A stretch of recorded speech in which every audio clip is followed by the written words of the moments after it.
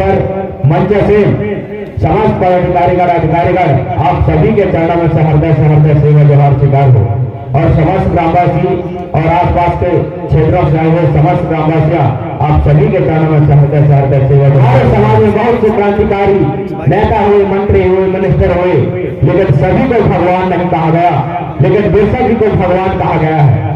बिरसा जी को भगवान इसलिए कहा गया है क्योंकि बिरसा जी ने हक और अधिकार जल जमीन की लड़ाई के साथ साथ जड़ी बूटियों के माध्यम से, तंत्र मंत्रों के माध्यम से उस क्षेत्र के रहने वाले लोगों के लिए जड़ी बूटियों के माध्यम से, तंत्र मंत्रों के माध्यम से वह ठीक करता था। तो उस क्षेत्र के रहने वाले लोगों को लगा कि कहीं न कहीं हमारे बिरसा जी में बड़ा दो रूप है, पूरा दो रूप है कि बिरसा जी किसी को भी छू देते हैं, किसी को भी दवाई दे देते हैं या किसी को भी झाड़ फूक देते हैं तो वह ठीक हो जाता है। तो उस क्षेत्र के रहने वाले लोगों को लगा कि हमारे बिरसा जी में कहीं न कहीं बड़ा दो रूप है, पूरा दो रूप है, ऐसा मान करके और भगवान माने जाने लगा, ऐसा मान करके और भगवान माने जाने लगा। और आर्थिक समस्या को लेकर के हमारे बीच में 3 तरह की चुनौतियां, इकोनॉमिक भी है, सोशल भी है और पॉलिटिकल भी है।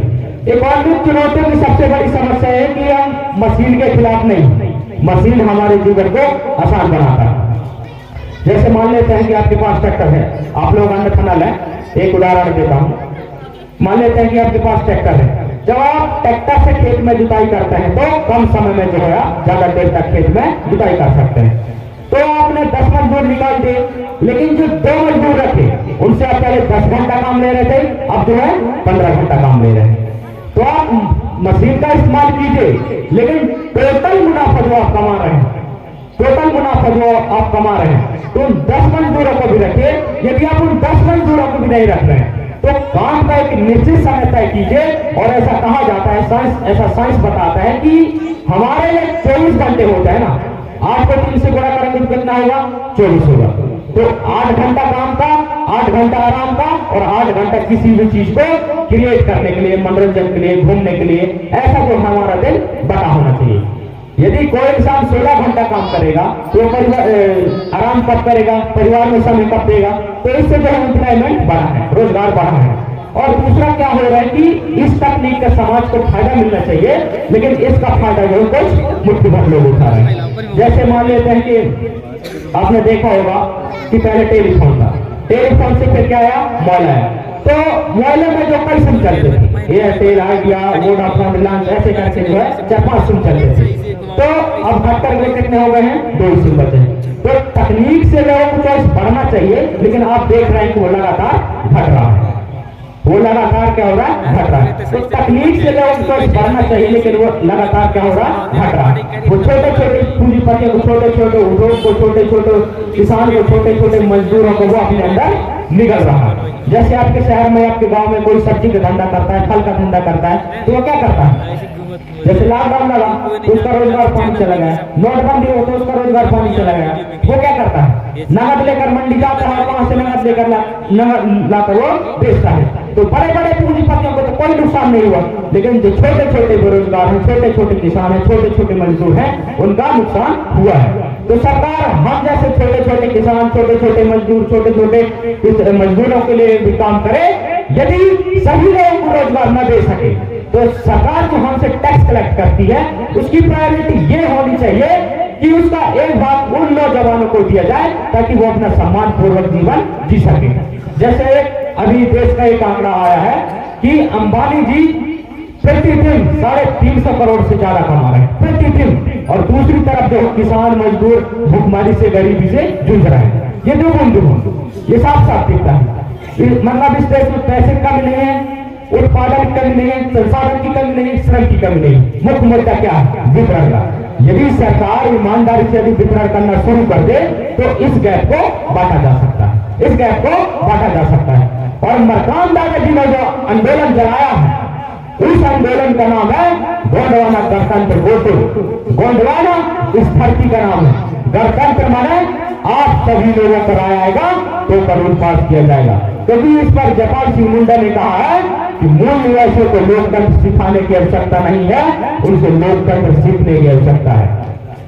जिसमें हमको ट्रेलर का शब्द दिया गया है, जिसमें जपाल सिंह मुंडा, मंगली बाबू, राम प्रसाद पटाई, फक्कर बाबा, ऐसे कुल 26 लोग हैं जिन लोगों ने अम्बेडकर जी से अपने हक और अधिकार की लड़ाई की और जल जंगल जमीन के विषय में अपना संविधान में वहाँ ट्राइबल शब्द उसमें जोड़ा गया था और सबको एक सांचे में ढाला था। कम से कम आपके पास जो है दुनिया की सबसे बड़ी धरोहर, उसके लिए लॉर्ड मैकाले को उस भाषण की ओर जाना पड़ेगा जो 18 फरवरी 1935 में इंग्लैंड के संसद में उन्होंने कहा था कि मैंने गोंडवाना के कोने कोने का दौरा किया है, मुझे एक भी भिखारी नहीं मिला है।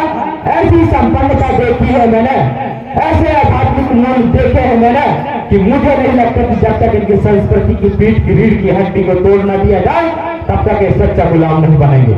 और अगर पीठ की रीढ़ की हड्डी का नाम है गोंडवाना संस्कृति, जो हम सभी को एक सांचे में बांधा हुआ।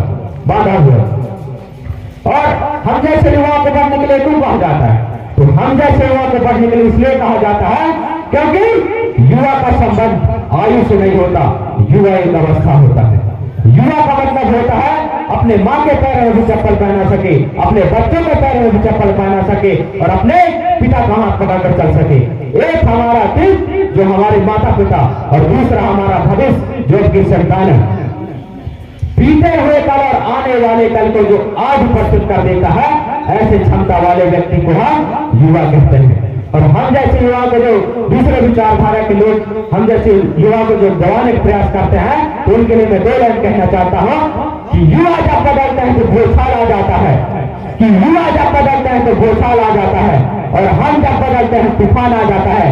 अरे हमको बदलने की कोशिश मत करो भाई, हमको बदलने की कोशिश मत करो भाई। हम बदलेंगे तो सीधा इतिहास बदल देंगे, हम बदलेंगे तो सीधा इतिहास बदल देंगे। और संविधान की प्रस्तावना हमको क्या कहते हैं कि ठीक बात है, कुछ लोग मंच पर बैठे और कुछ लोग जमीन पर बैठे। इसका मतलब ये नहीं कि मंच पर बैठे हुए लोगों का वोट चुनाव के वक्त 5 होगा और जमीन पर बैठे लोगों का वोट 1 होगा। मंच पर बैठे हुए लोगों का वोट भी 1 होगा और जमीन पर बैठे हुए लोगों का वोट भी 1 होगा। और ये जो बराबरी का अधिकार है, इस बराबरी के अधिकार का आधार क्या है कि किसी भी व्यक्ति के साथ उसके जन्म के आधार पे, जाति के आधार पे, भाषा, बोली और क्षेत्र के आधार पे कोई भेदभाव नहीं करना चाहिए, कोई भेदभाव नहीं करना चाहिए। और इन्हीं शब्दों के साथ मैं अपने शब्दों को यहीं पर विराम देकर अपना स्थान ग्रहण करना चाहूंगा। आप सभी के चरणों को पुनः जय सेवा, जय जवान, जय भगवान, जय